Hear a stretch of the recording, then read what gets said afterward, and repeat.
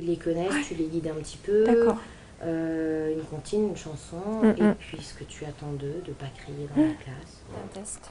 Bon, vas-y, essaie. 24 heures avant la rentrée, Solène, professeure stagiaire en maternelle aux Essarts-le-Roi, reçoit ses derniers conseils. Tout doit être parfait avant le jour J pour accueillir ces 28 élèves qui effectueront leur première rentrée des classes avec elle. Pour que les élèves se sentent à l'aise avec des activités à disposition. Voilà, donc oui, c'est vraiment quelque chose d'important, leur proposer plusieurs choses, plusieurs activités, à la fois des jeux, à la fois de la manipulation, pour leur faire découvrir la classe. Agencer la classe et préparer les activités, mais aussi réfléchir et mettre en place les projets pour l'année, avec toujours une petite appréhension. C'est tout à nouveau une nouvelle expérience, donc oui, un peu de stress, de la découverte, de l'inconnu, mais en même temps c'est très intéressant.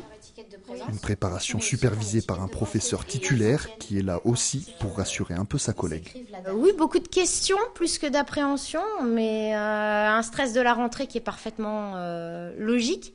Il y a l'air d'avoir beaucoup de travail avant et c'est intéressant parce que justement c'est plus de l'échange que du... je suis pas là pour faire tuteur.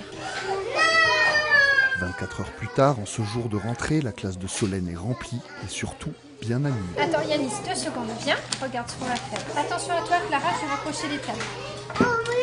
Jongler entre les ateliers et s'occuper de chaque enfant, une première journée de travail bien remplie, et même si tout était préparé, il y a toujours une réorganisation de dernière minute. Qui est-ce qui rentre à la maison Alors, Sacha non, Chloé, je sais pas.